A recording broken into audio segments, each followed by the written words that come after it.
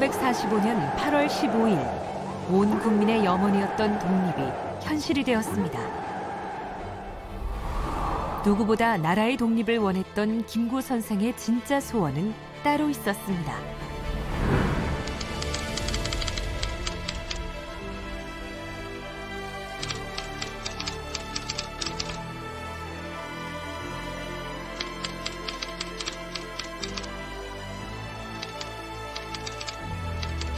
새로 만들어지는 나라에서 한없이 갖고 싶었다는 높은 문화의 힘. 광복 80년 이후 대한민국은 그 소원을 현실로 이뤄냈습니다.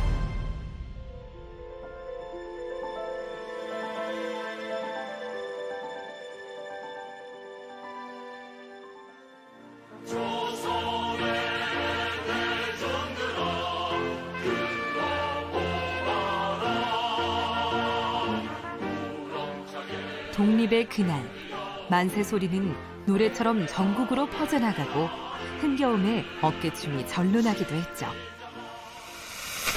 하지만 얼마 후 터진 민족의 비극. 한반도는 폐허가 되고 소중한 가족을 잃은 슬픔이 넘쳐 흘렀습니다. 광복의 기쁨을 함께했듯 전쟁의 슬픔에도 음악이 곁에 있었습니다. 고향을 떠난 마음, 사랑하는 가족을 잃은 슬픔, 고단한 삶의 무게를 음악을 통해 견디며 울고 웃고 다시 힘을 내보는 시절이었습니다. 1940년대 광복 이후에는 광복과 분단의 아픔을 노래한 시기였고 50년대에는 한국 전쟁입니다. 전쟁이 끝났지만 전후 복구 시대에 전쟁이 계속 이어져요. 그걸 나름대로 극복하려는 그런 노래가 많았던 시대였고, 유독 우리나라 역사 속에는 굴곡이 참 많았어요. 근데 매 순간마다 그에 맞는 노래가 등장을 해서 국민들과 이제 함께 해왔죠. 음악이 늘 함께하는 일상이었다면 특별한 추억으로 기억되는 순간에는 영화가 있습니다. 새로운 영화가 개봉될 때면 사람들이 구름처럼 극장으로 몰려들곤 했죠. 1950년대 여러분들이 전기도 안 들어오는 시골에 산다고 생각해 보세요. 그런 사람들의 밤은 무료하겠죠. 해가 지고 나면 할 수 있는 거라고는 별로 없어요. 밥 먹고 나면 자는 거예요. 그런데 읍내에 나가면 영화관에서 영화를 하고 있어요. 그리고 그 영화관에 들어가면 그 영화관은 꼭 궁전처럼 생겼잖아요. 그 궁전 속에 들어가서 불빛 속에 보이는 환상적인 장면들은 그 50년대 관객들에게는 엄청난 시각적 황홀경을 줬을 거라고 생각을 하거든요. 이러한 색다른 체험들을 영화가 보여줄 수 있었어요. 저렴한 가격에. 광복 이후 최고의 흥행을 기록한 영화 춘향전. 최초로 국제영화제에서 수상한 마부. 한국 영화의 황금기를 이끌었던 별들의 고향, 영자의 전성시대, 바보들의 행진 등. 영화는 사람들을 극장으로 불러 모으며 힘든 시기를 위로해주죠. 이렇게 영화와 음악은 시대의 고난을 어루만지는 피난처가 되었습니다.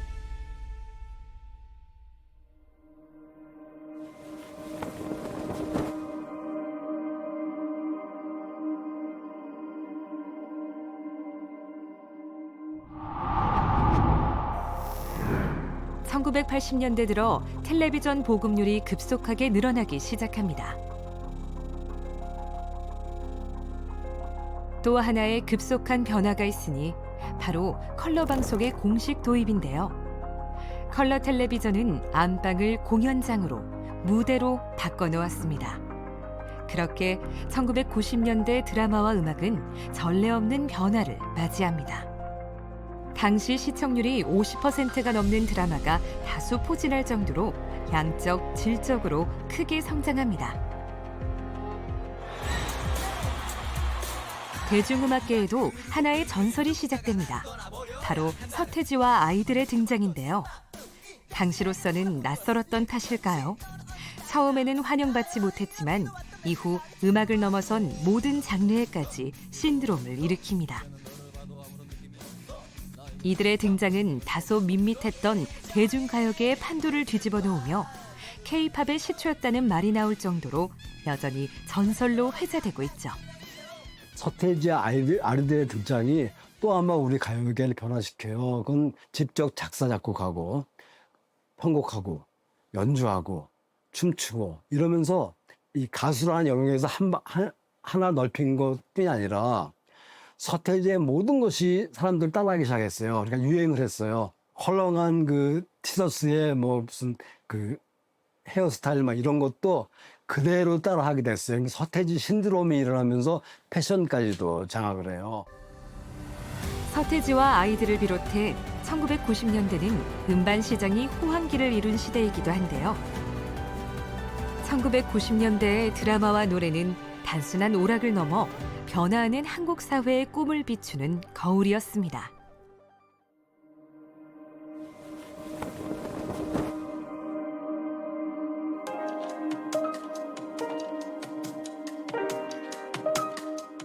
한류의 성장을 도운 것은 인터넷이었습니다.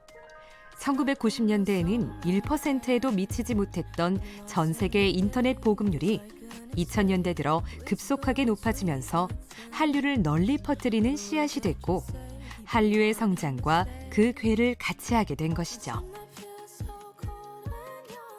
그러니까 이제 한류 현상이라는 단어를 쓴 거는 이제 1995년 말에 클론이 대만에서 공연했을 때 그 한국의 대중음악 현상이 일어나고 있다라는 거를 그 한류라는 단어로 썼어요. 근데 그거는 명사가 아니고 그냥 뭐 형용사 비슷한 그런 느낌으로 썼습니다. 2000년대 이제 들어서서 2004, 5년에 들어서서 겨울 연가가 일본에서 크게 히트를 하게 되면서 달라졌죠. 일단 한국 콘텐츠에 대한 인식이 완전히 달라졌다. 특히 드라마에 대한 인식이 많이 달라졌고.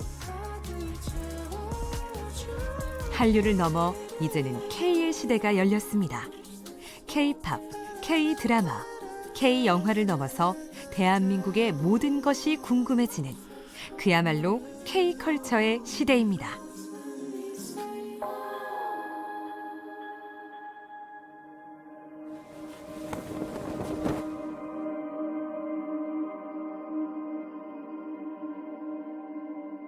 오빤 강남스타일. K-컬처 전성시대의 포문을 연 것은 싸이의 강남스타일. 2012년 뮤직비디오가 처음 공개된 이후 전 세계 최초로 10억 뷰 돌파. 2014년 20억 뷰 돌파. 이후 계속해서 식지 않는 인기를 자랑하며 대한민국을 알렸는데요. 싸이가 문을 열었다면 세계를 K-팝에 흠뻑 빠지게 하는 선봉장에 BTS가 있습니다. 2000년대 들어가지고 말 그대로 싸이 신드롬, 강남 스타일, 뭐 지금은 BTS, 블랙핑크, 뭐 로제까지 그야말로 뭐 K-팝이 전 세계 붐을 이루는 시대가 옵니다. 사람들이 음악을 접하는 창구가 굉장히 다양해졌어요. 가장 대표적으로 유튜브가 있는데 유튜브 조회수의 기록을 넘기는 건 거의 우리나라 K-팝 가수들이에요. 그 정도로 사람들이 옛날에는 전문가들에 의해서 그런 게 이제 형성됐다면 지금은 전 세계 사람을 대상으로 1대1 시대가 온 거예요. 본인이 재밌고 좋으면 계속 보게 되는 거야. 그게 조회수로 환산이 돼서 그것이 이제 엄청난 효과가 오는 거죠. 지금 진짜로 이상한 게 뭔 것 같아? Parasite.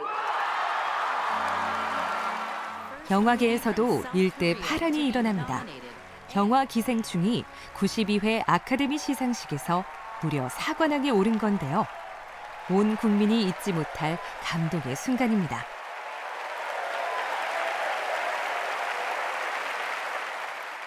우리들이 본 영화의 대부분은 헐리우드 영화였어요.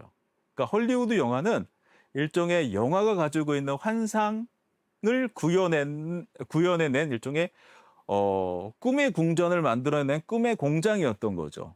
그 꿈의 공장의 한가운데 한국인이 인정받고 서 있는 거, 그거는 100여 년이 넘는 한국 영화의 역사를 통틀어서 한국 관객들이 꿈꿔왔던 그것들이 실현되는 그 순간이었던 거죠.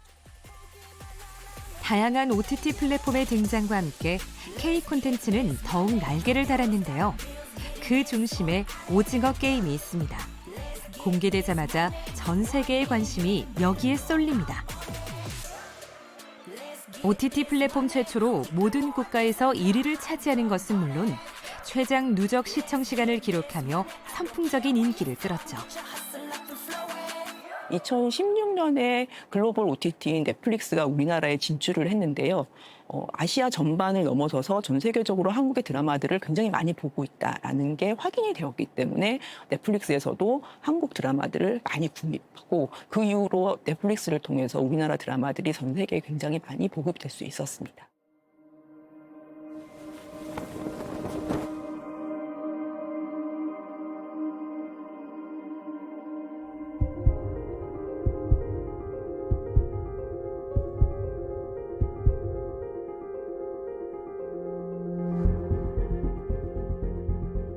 금메달 앞에서도 고개를 숙이게 만든 나라 잃은 국민의 슬픔을 지나 광복 이후 드디어 스포츠는 온 국민의 축제가 되고 하나의 문화가 되었는데요. 1948년 런던에서 대한민국이라는 이름으로 첫 동메달을 딴 이후 1976년 첫 금메달을 따고 1988년에는 참가국이 아니라 개최국이 되는 놀라운 성과를 보입니다. 1988년 서울올림픽을 계기로 해가지고 경제와 민주화의 측면에서 굉장히 발전을 가져왔다는 그런 말씀을 드리고 싶습니다. 많이 걱정들 했죠. 전 세계적으로는. 어떻게 전쟁의 폐허 속에서 대한민국이 올림픽을 갖다가 치를 수 있을까 했지만 여러 국민들이 합심을 통해서 성공적으로 올림픽을 치렀다는 측면에서 굉장히 의의가 있다고 보겠습니다. 특히 2004년 아테네에서는 양궁 종목에서 우리나라 남녀 선수들이 모든 메달을 휩쓸다시피 하면서 국궁 대한민국의 이름을 알렸고요. 2012년 런던에서는 다양한 종목에서 메달을 따면서 스포츠 강국 대한민국의 모습을 보여줬습니다. 화합의 힘이죠, 결국. 결국 국민들이 이게 우리도 할 수 있다라는 그런 걸 갖다 보여준 거죠. 시민들의 어떤 정신, 시민 정신적인 측면에서 세계 사람들에게 감동을 주지 않았나라는 생각을 갖다 좀 해봅니다. 폐허 위에 쌓아 올린 금자탑. 1950년 한국전쟁은 남한이고 북한이고 간에 폐허만 남겼어요. 특히 물적인 피해뿐만 아니라 인적인 피해가 정말 컸었거든요. 그러니까 1950년 이전에 활동하던 주요한 영화인들이 사라진 것, 그 사라진 영화인들의 빈자리를 새로운 젊은 세대들이 메꿔가면서 그들이 하나하나 쌓아 올린 벽돌들이 화려한 어떤 성과들을 만들어낸 거죠. 특정한 뛰어난 영화인의 그런 성과가 아니라 그러한 벽돌 하나하나가 쌓여져 있기 때문에 그렇게 높고 화려한 탑이 만들어질 수 있지 않았을까. 우리가 제작 환경이 여전히 좀 열악한 것이 맞습니다. 특히 문화산업의 경우는 굉장히 많은 실패를 하다가 갑자기 성공을 하는 경우도 굉장히 많기 때문에 실패를 계속 거듭하더라도 다시 시도할 수 있는 기회를 주는 게 굉장히 중요합니다. 그래서 그러기 위해서는 국가 정부에서 해야 될 일이 있다면 이런 풀뿌리 창작자들을 지원하는 것들이 굉장히 중요하죠. 그래서 특정한 대작에 막 지원을 하는 것도 물론 필요하겠지만 풀뿌리 창작자들이 계속 좋은 이야기를 쓰고 좋은 노래를 만들 수 있도록 그 생계 같은 것을 지원해 준다든가 사회 안전망을 만들어 주는 게 어떻게 보면 지금 현재 정부에서 가장 필요한 일이 아닐까 생각합니다. 광복 이후 80년, 전쟁의 상처 속에서도 경제 성장의 소용돌이 속에서도 문화는 언제나 우리 곁을 지켰습니다. 그리고 이제 대한민국의 이야기는 더 이상 국경 안에 머물지 않습니다. 세계의 언어로 세계의 무대에 울려 퍼지며 K컬처라는 하나의 장르가 되었는데요. 80년 만에 이뤄낸 문화 강국이라는 꿈. 우리의 이야기는 여기서 멈추지 않습니다. 우리가 걷는 모든 길이 세계가 주목하는 대한민국의 문화가 될 것입니다.